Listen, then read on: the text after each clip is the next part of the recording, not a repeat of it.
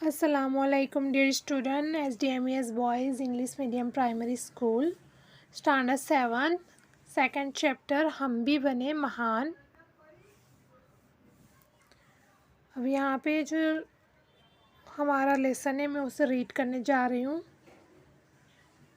सीधे साधे कार्य एवं घटनाओं में कर्तव्य पालन, प्रामाणिकता, मानवता, अविरत अभ्यास आदि तत्व जुड़ने पर कार्य और कर्ता दोनों की गरिमा और महिमा बढ़ जाती है। यहाँ पे ऐसा कहा गया है कि हमेशा हम कभी कभी ऐसा होता है हमारे साथ हमें कोई छोटा सा कार्य दे देता है तो हम ऐसा समझते हैं कि क्या मैं इस कार्य के लायक हूँ जो मुझे सौंप दिया, और हम उस कार्य को सही से नहीं करते हैं।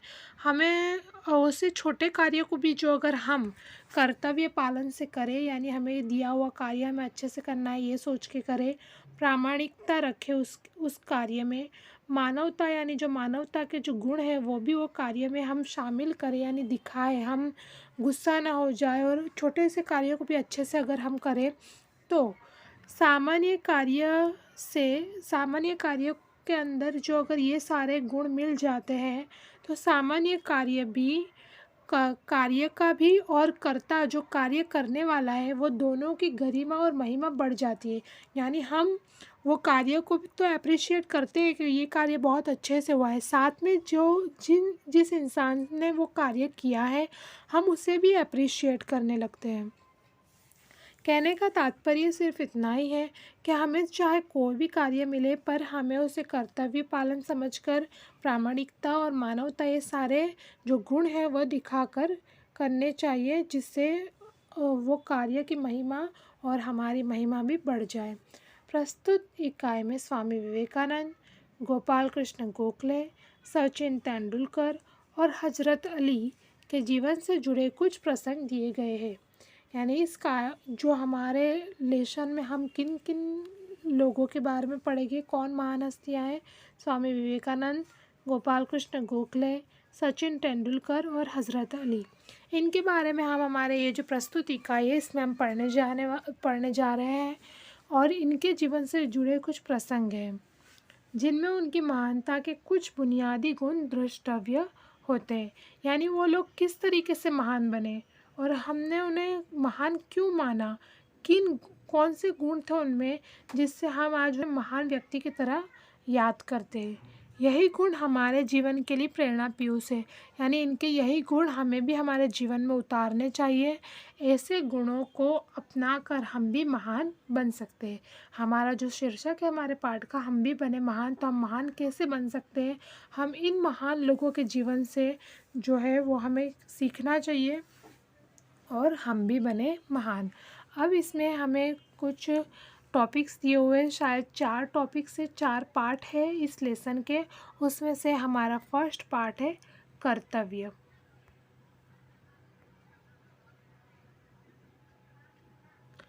मेले में सब खिलौने ले रहे थे, तब नरेंद्र नामक एक लड़के ने 2 रुपये का एक शिवलिंग खरीदा। क्या खरीदा? नरेंद्र नामक लड़के ने शिवलिंग खरीदा। शिवलिंग यानी आपको पता होगा किसी चीज़ की जो मूर्ति होती है उसे हम शिवलिंग कहते हैं। अब भी उसके पास एक चवन्नी बची हुई थी, यानी पहले जब पैसे हुआ करते थे, अभी तो हम सिर्फ रुपया ही देखते हैं, पहले 50 पैसे हुआ करते थे, फिर उससे छोटी जो रुपीज़ होती थी उसे चवन्नी बोलते थे, यानी चवन्नी यानी 4 आने।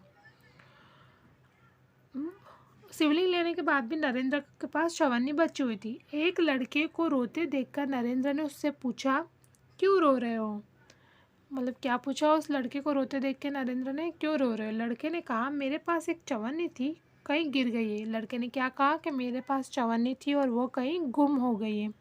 अब मेरी माँ मुझे बहुत पीटेगी, यानी बहुत मारेगी। अब क्या होता है आगे?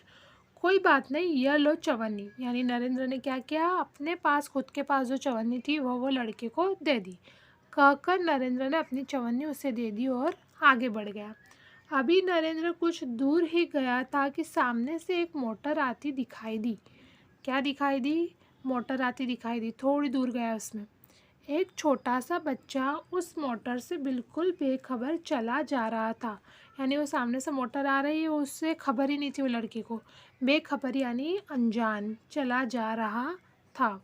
नरेंद्र ने झपट कर उस बालक को खींच लिया। नरेंद्र ने क्या किया, जो बीच में बच्चा चल रहा था उसे झपट कर यानी जल्दी से खींच लिया। एक पल की देरी होती तो वह बालक मोटर के नीचे आ जाता। जो अगर थोड़ी सी भी नरेंद्र देरी करता है, कुछ सोचने में मग्न हो जाता या अपनी जान की परवाह करता, तो वो जो बालक है वो मोटर में आ जाता। इस झपटने की क्रिया में नरेंद्र के हाथ से शिवलिंग छूटकर गिर गया और टूट गया। इसमें क्या हो गया, नरेंद्र का क्या नुकसान हुआ, उसका जो शिवलिंग था, जो मूर्ति उसने खरीदी हुई थी, वो गिर गई और टूट गई। इस दौरान इकट्ठे हुए लोगों में से किसी ने कहा, बेचारे का नुकसान, क्या कहा, बेचारे का नुकसान हो गया। कितने चाव से खरीदा था शिवलिंग, यानी बेचारे का तो नुकसान हो गया। चाव यानी प्रेम से, यानी हमें किसी चीज़ की लगन होती है तो हम कितने प्यार से कोई भी खिलौना खरीदते तो हमारा दिल उस पर लग जाता है। तो वो लड़के की शिवलिंग टूट जाने से, नरेंद्र की शिवलिंग टूट जाने से वहाँ जो इकट्ठा लोग हुए थे, उसने क्या कहा, कितने चाव से प्रेम से खरीदा था शिवलिंग। यह सुनते ही नरेंद्र ने क्या कहा, देखो, नरेंद्र ने कहा, इससे क्या, इस बालक की जान बचाना मेरा पहला कर्तव्य था। पहला कर्तव्य क्या था, वो उस बच्चे की जान बचाना। शिवलिंग तो हम दोबारा भी खरीद सकते, पर वो अगर बच्चे को कुछ हो जाता तो हम उसे वापस ऐसा ला सकते थे, या अगर उसकी जान चली जाती थी तो हम वो बच्चा ला सकते थे वापस। इसलिए उससे पहला कर्तव्य नरेंद्र को क्या लगा, उस बच्चे की जान बचाना। वस्तु से भी व्यक्ति का जीवन ज़्यादा महत्वपूर्ण है। वस्तु से यानी कोई चीज़ है जो निर्जीव, जिसमें जान नहीं है, वैसी चीज़ों से तो ज़्यादा महत्वपूर्ण किसी का जीवन है। मानवता सबसे ऊपर है। मानवता यानी इंसानियत सबसे ऊपर है। बचपन से ही ऐसे ख्यालात रखने वाला नरेंद्र आगे चलकर स्वामी विवेकानंद के नाम से प्रसिद्ध हुआ। यानी ऐसी थिंकिंग रखने वाला था नरेंद्र, जो बचपन से ही, इतना छोटा बालक होने के बावजूद भी उसके दिल में मानवता सबसे बड़ा धर्म है, ये भावना उसके अंदर बचपन से ही थी। और बड़ा होकर वो किस नाम से आज हम उसे पहचानते हैं, स्वामी विवेकानंद। स्वामी विवेकानंद की स्टोरीज़ जो है वो बहुत ज़्यादा अच्छी है। जो अगर आपको कभी वक्त मिले, कभी आप लाइब्रेरी में जाओ, या उनके जीवन के प्रसंग ऐसे हैं सच में कि जिससे हमें बहुत ज़्यादा सीख मिलती है। तो स्वामी विवेकानंद के बारे में एक बार ज़रूर पढ़ें, मेरी आपसे रिक्वेस्ट है। मैंने भी उनकी काफ़ी सारी किताबें और उनके प्रसंग जो उनके जीवन से जुड़े हुए थे वो मैंने पढ़े हुए हैं, और सच में मैंने भी उनसे बहुत कुछ सीखा है।